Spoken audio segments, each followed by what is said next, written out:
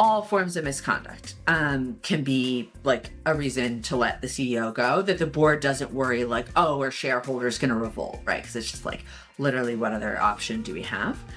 And typically misconduct tends to be like the juiciest, the salacious stuff. But what I find interesting is like, man, this is expensive for this company.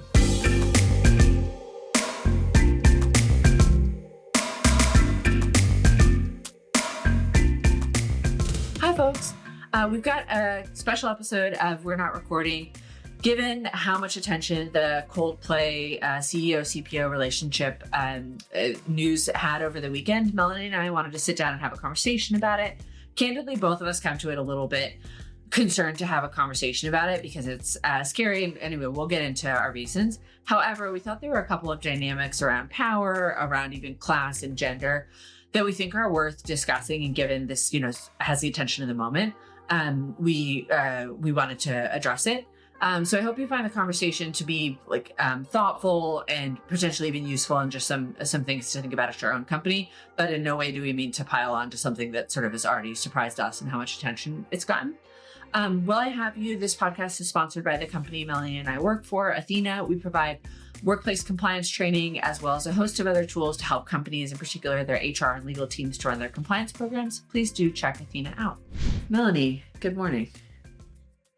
Is it, Roxanne? Is it? I already know what we're going to talk about today. You're so crusty about this. I feel like that's what we're going to start with. All right. Okay. So we're recording this on Monday, July 21st. On Friday, the Coldplay broke, or Thursday? I can't remember. It was Thursday. I think it was Thursday, yeah. Thursday. Okay, so we're going to talk about it. We're going to talk about it not because Melanie wants to talk about it so much as I think it is like kind of deeply relevant to a lot of the things we do. But I feel like we both have some conflicting feelings about adding fuel to this fire that has already just like way more than I would have thought, i.e. like my parents saw this. And I would say they are like in no way in tech, HR, Boston, like any of the areas that you would be like, okay, I get why. Yeah. So Melanie, let's actually start with, why are you a little grumpy pants about talking about this? I mean, in my deepest part of my soul, it's because I know that if I was in a position like this, the last thing I would want is for more people to be talking about this. This has gone so viral, so public, that it is now impacting people who have nothing to do with this, and in fact, were victims of this behavior. So if you want to talk about the CEO's wife having to take down her Facebook because she's been harassed by this, hello, Gunther. Just like, I cannot imagine what it must feel like for their kids seeing this. Their parents are probably either in the middle of a divorce or trying to figure out how they're going to move forward with their lives. And so on the one hand, I just like personally, it gives me the heebie-jeebies and secondhand anxiety to imagine what it would feel like if I was them. And the second thing is that I just think that people have been so unprofessional in the ways in which they've been talking about it, where, first of all, we don't even know all the information. I think there was one lady who had been misidentified. I'm not going to mention who it was because I don't want to add to that, where it was somebody at the job and they were saying this person and they knew about this. It wasn't even her. And so I just think that it's been handled so poorly by the public, where LinkedIn has now basically turned into like trash social media. Yeah. And I can't, as an HR person, I can't stand that we are talking about it in this way that is just so unprofessional, unfortunate, and incorrect, just factually incorrect. I think what worries me about talking about it is like, being the most blunt, it's like, I think that there's like just a very high chance, because of how awful all this is, that like someone hurts themselves, like it's just like, this is like kind of awful. I think the reason I still think it's worth discussing it, so I put a post on it and here we are, is a lot of the dynamics in it are like hyper relevant to like what we as a company do. Even like, we're a CEO-CPO who has not been to a Coldplay concert. And so I think it feels like a teachable moment, but if I'm being the most honest with myself, I can't tell if I'm just like doing the classic, like someone who is on social media and sees something trending and therefore is like, well, I ought to talk about it because it like benefits me. Well, okay, so I think two things can be true. I think one, it can be a bit clout chasing, like, ooh, if I talk about this thing, I will get more attention because it's the hot thing to talk about. And naturally, as somebody with high anxiety, I avoid those things because I'm like, I don't want to be a part of something big. But I think the other part is true too, which is this is a really important topic, and I'm sure we'll get into this, but I actually do have a ton of opinions and thoughts about it. I just haven't been public about them because I like to be more tentative before we have all the facts. But it's meaningful, and especially if you think about the power dynamic between a CEO and a CPO, which I don't think has been given enough attention. I think it's all about like takedown of the head of HR and CEO, but I don't think there's been as much discourse around the gender dynamics, the power dynamics. We don't know their story. We don't know how this came to be. And so I do think that it is also true that it's an important topic worth exploring. The things that seem known at this point, but I'm sure could potentially change, is that the CEO has stepped down. The company has made a statement that this like didn't reflect their values. They have corrected the information about apparently it being only the CEO and CPO there and not anyone else at the company. So like, I think initially it looked like it was almost like a company outing or something, you know, and they have said it hasn't. I have not heard anything about her stepping down, but I'm not sure if her being the CPO. I have not, and I know they're actively conducting an investigation into the matter. Exactly. That's what the company's official statement said. And I think that's like kind of like all of the new news that has come to light. Yeah, I guess the only other thing worth addressing is that there was another piece of misinformation, evidently, according to the company, that the CEO had made a public statement of apology, which turned out to be a fake apology. Which, in retrospect, should have been very obvious because the Twitter handle was a poorly disguised phallic image name. So, but you know, this is what happens when people jump onto a story in a frenzy. Totally. Just like so much misinformation gets distributed. Yeah. Okay. There we are. So if we talk about the gender dynamics and just the power dynamics for a second, something I do think about is how this came to be and how much onus we can actually put on the person who is who has less power in this situation. So I just thought it was in this the situation. CPO in this situation. I thought it was fascinating that was not part of the rhetoric very much at all as far as what I saw. I just saw a very swift, almost sort of cathartic takedown of head of HR and a CEO. And we saw this with your treadmill post as well, where you made a post and I made a post. But the post that I made about you walking on a treadmill, nobody really cared. The post that you made about walking on a treadmill, everyone was like, this is what's wrong. Yeah, this is what's wrong with CEOs. They're so entitled. They don't care about other people. And I was just like floored. I mean, what do you think about when I say all that? I'm gonna have three things just because it feels right. Yeah, and I think my things might be like class, power, and gender.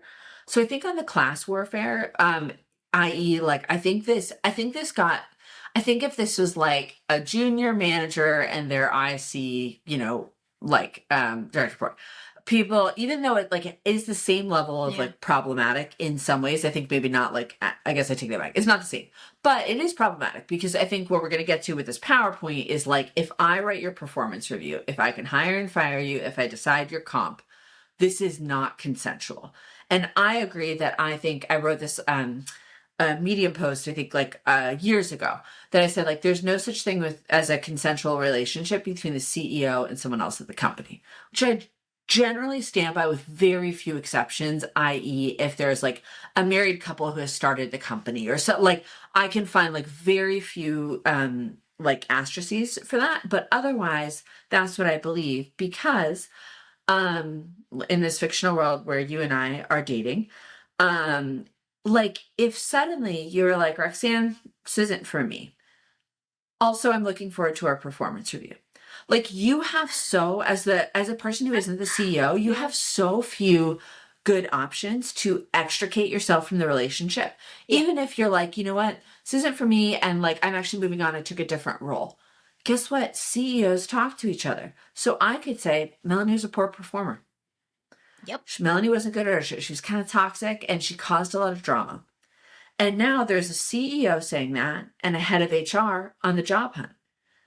And like, I would, like that's a really difficult dynamic. And the head of HR could say, oh, well, didn't you know we were having a relationship? And suddenly the other company who's interviewing her is like, this is just a lot of mess. No, thank you. And so like, I think one of the more underreported, components of this is like, regardless of how this relationship came to be, I don't think that the kind of like there's really any appropriate relationship between the CEO and anyone at the company because of the power dynamics. Oh, 1,000%. And I could see a world in which he was hitting.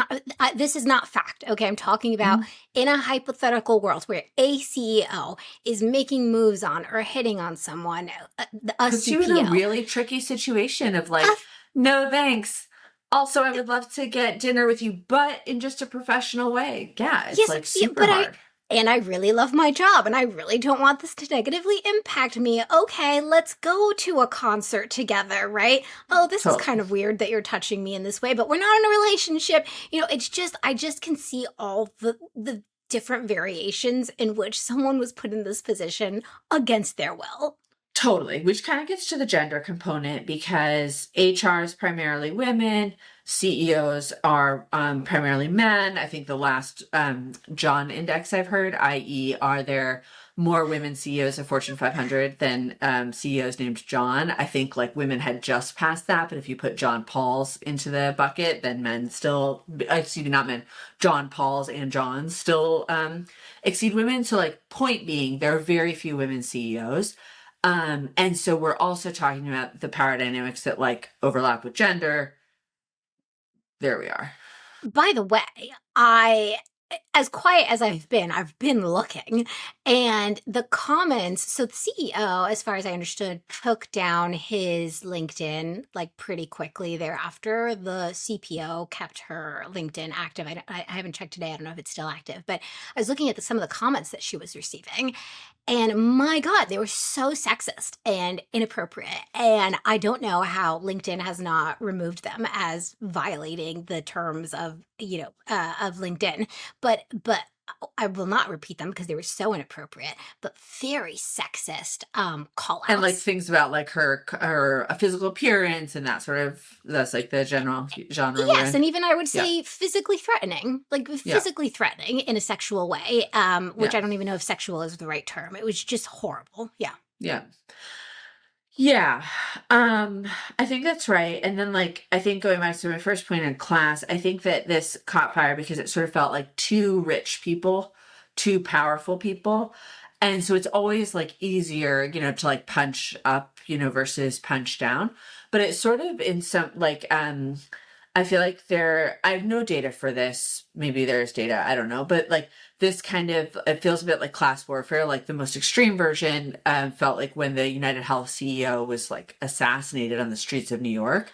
And the commentary was kind of like much more mixed than you would think for just like, if it was like random man gets shot on the street, usually you're not like, having mixed emotions, you're just like, this is terrible. This is a father. This was a husband. This is a person. And the United Health was a lot around like, how did this company get so rich and they're awful? And so therefore the people who run it are awful. And like you saw a lot of, I think what can very accurately be described as like class warfare. And it feels like that's like what's making it feel okay to have like brands jump on this bandwagon. And like, it feels like you're punching up. Yes, and I think it's more than just class. Like these felt like two rich people of a certain demographic. I think it was also a head of HR and a CEO. Totally. I think everyone loves a good hypocrisy moment. And I think like if it had been, do you think if it had been like the CRO and the CEO, this would have been as No. Yeah. I think people feel very wronged by HR. I feel I've noticed that too. Yeah, we talked about this, and I was actually surprised that you were surprised that people felt wronged by HR, because to you it's very obvious that HR has very little power. Right. We're just like Well, I'm facilitating just like, I don't know, things. look at the Yeah. pay scale. Like, does HR Oh make yeah. as much as an engineer? No. Does No. HR make as much as a salesperson? No. So I'm like, and you No. believe they're like the secret, like, ones pulling the strings? Like, no. My last thought on this, I don't know if you have any other things. My last thought is like, what's the sort of business like impact on this? Because like, this is at the end of the day, a business, a company. And I was just thinking about like how this is likely playing out. No inside information, just like what I would guess. So the CEO's been let go. Typically, like a company that's raised that much money, the board can hire and fire the CEO. That's the level of account. Like that is the CEO's boss. I don't know if the board fired him or if he resigned, but regardless, like what, could happen is a board comes together and it's just like, oh man. But what I find really fascinating about these situations, because when we started Athena 6 years ago, I came across, I want to say it was like a PricewaterhouseCoopers study. And for the particular year, let's say it was 2018 or 2019, this is kind of like post Me Too, more CEOs had been removed for personal misconduct than they had for failing to meet financial targets. So like CEOs typically get fired either because the board has like lost confidence in their strategy. So like, if your company isn't doing well or for whatever reason, they just think like, look, you're not the right man or woman, or should I say John or all Jane. women's names, then the board can remove the CEO. Doesn't need to have like a particularly compelling reason. I imagine that, and I'm sure maybe hopefully some employment lawyer friend will weigh in on this, but that like, I'm sure there is a way for the CEO to fight back, but I think typically it's just like, no, this is like, this is the board either has confidence in you or not, and there's not like a report card that you get to fight. But also misconduct, all forms of misconduct can be like a reason to let the CEO go, that the board doesn't worry like, oh, are shareholders going to revolt, right? Because it's just like literally what other option do we have? And typically misconduct tends to be like the juiciest, the salacious stuff. But what I find interesting is like, man, this is expensive for this company, right? So they have brought on a top tier employment firm. I'm sure of it. They are conducting an investigation. Good lawyers cost $1,000 an hour. You are, paying these lawyers. You are going to pay settlements because like, even if they don't go quietly and you just want this to all wrap up. Then you're gonna have to do remediation, like what was wrong with our internal practices, what could have been better, blah, blah, blah. You've got crisis PR, presumably, because like you have clients of this company who are also reading the news and being like, wait, don't I pay them a lot of money? Like, do I need to find a different vendor? Are you guys gonna be okay? Yep. And what I find like really interesting is, could this have been avoided? Like if you put a price tag on that, let's just say hypothetically, Yeah. $10 million. I don't think that's actually a wild price tag for like everything I just listed. Because if you think of like the impact to being able to fundraise again Yeah. and things like that, that would be my like, if I had to just, finger in the air, might be a little high, maybe not much. And then you think like, man, is there anything you could do? And I interviewed Rob Chestnut, who is Airbnb's chief ethics officer and general counsel, former, who's since written a book, a really great thought leader on kind of like doing the right thing.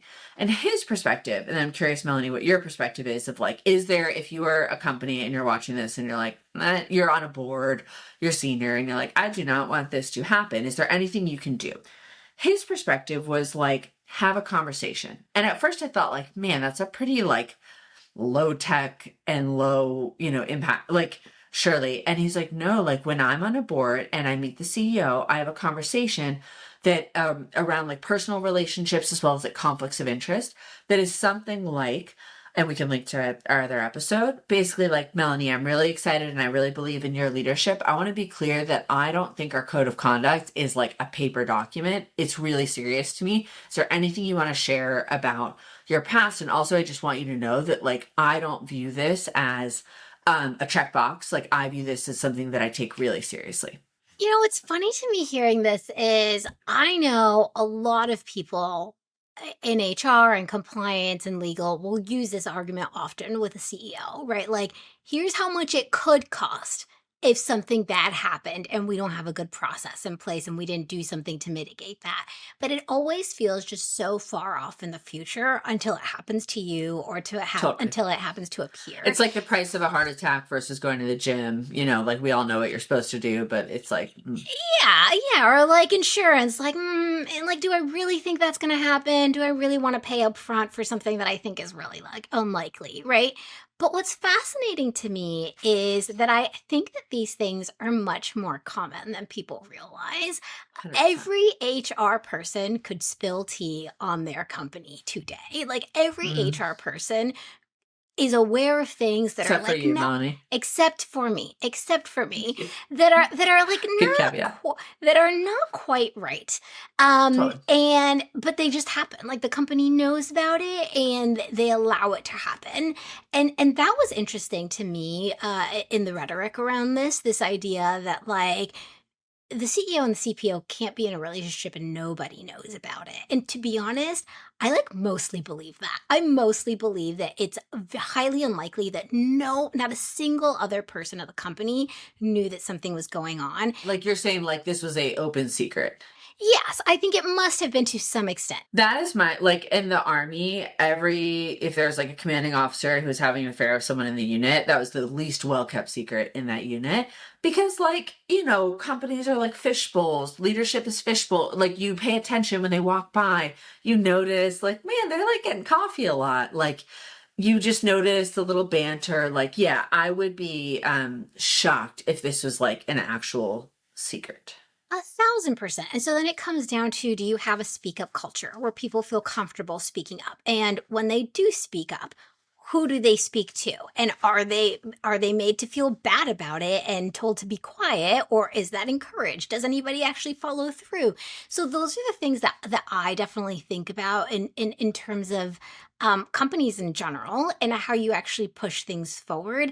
I think a lot of companies struggle to create a truly genuine speak up Well, culture. just think about it in this situation. If you had been like, whatever, the actual junior HR person who was apparently not at the concert, and had enough to feel concerned about, like, who do you go to? Right? Like you're in this situation, your head of HR is implicated, your CEO is implicated.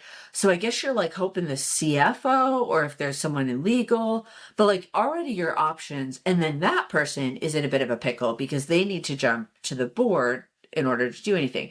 I just wanted to call out this. So your example of like, hey, often HR compliance goes to the CEO and is like, hey, FYI, stuff is really expensive. If we just put in a couple of like logical preventative measures, this could save us a lot of money in the long run.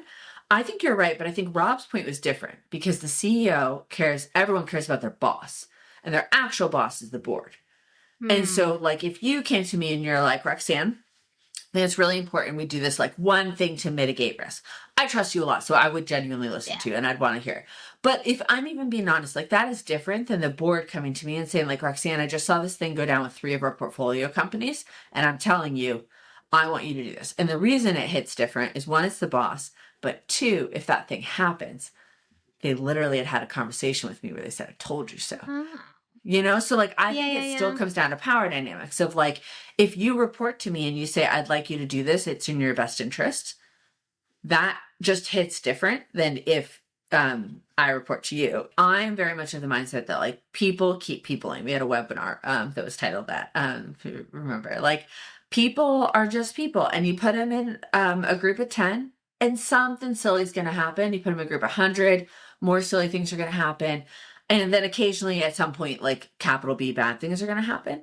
And so I think it's much better as a company to kind of like acknowledge that and sort of say like, all right, what's our plan for if we have a high profile inappropriate relationship? What's our plan how would we potentially mitigate this versus, and I'm talking about a large company. Like I think these are not necessarily like appropriate risk matrices to run as a small company. The last thing that stands out to me that I'm really going to be looking on the lookout for as an HR person is what the company does next, because there's all these things of what the company should have done and how they could have avoided it, so on and so forth. And also, how do you rebuild that trust now with the team, with your clients, with the world? How do you bring in the next CEO, presumably the next CPO?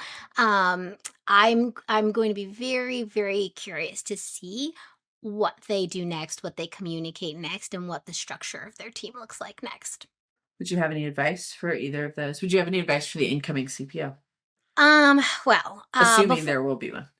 before they do any of that, I think first and foremost, transparency with your existing team and speed. It doesn't have to be perfect. It doesn't have to be complete. You just need to communicate. You take this very seriously. You are taking action and you will keep them informed, which I believe from what I can see externally, they're doing it already.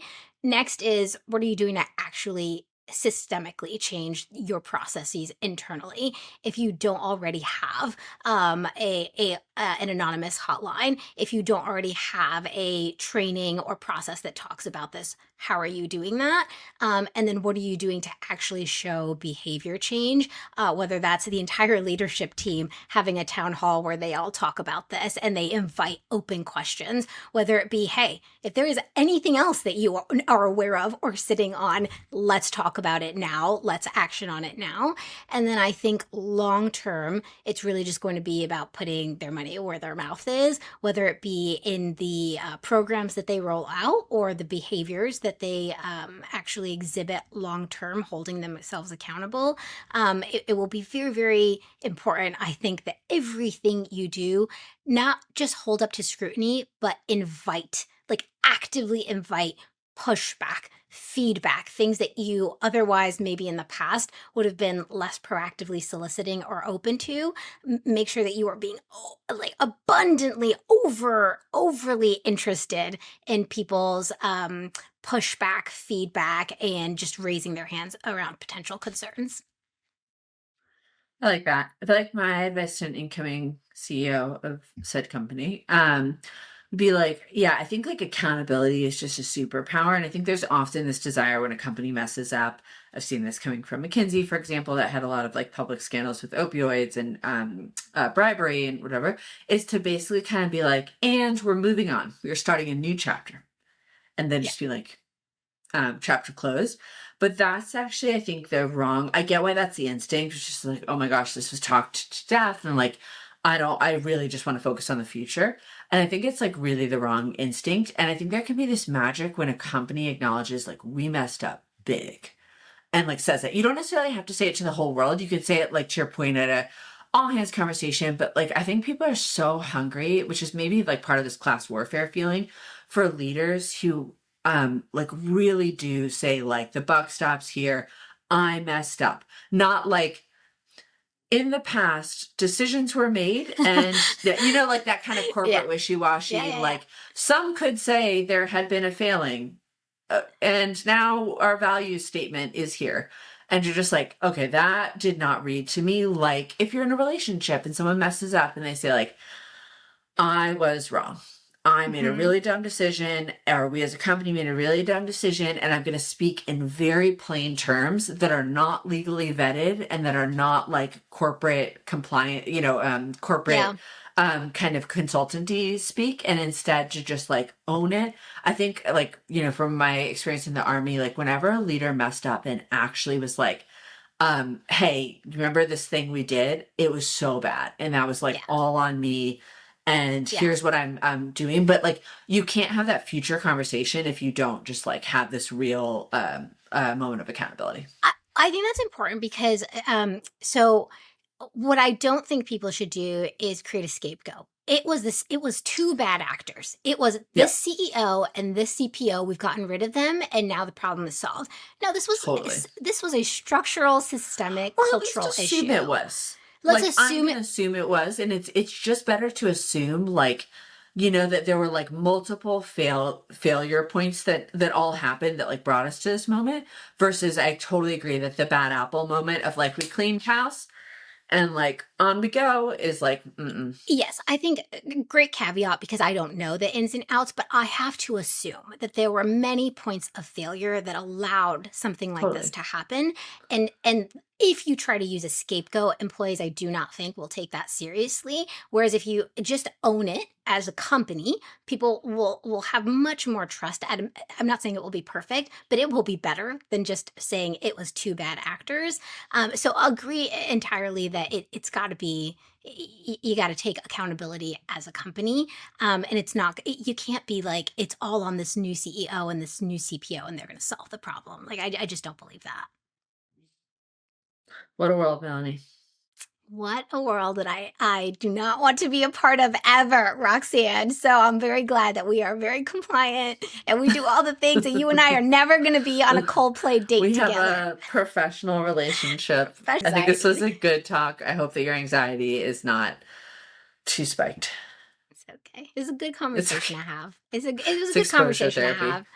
And I think, if nothing else, I do think people are going to be thinking twice now. And for all the companies that are doing sketchy things, there's a moment for them to really reckon with the reality that something like this could go viral and very public at any point. And you really want to think about what you're doing, if you're living up to your values, and if not, how you go about changing that very quickly. Good words to live by. All right. Good talk. Good talk.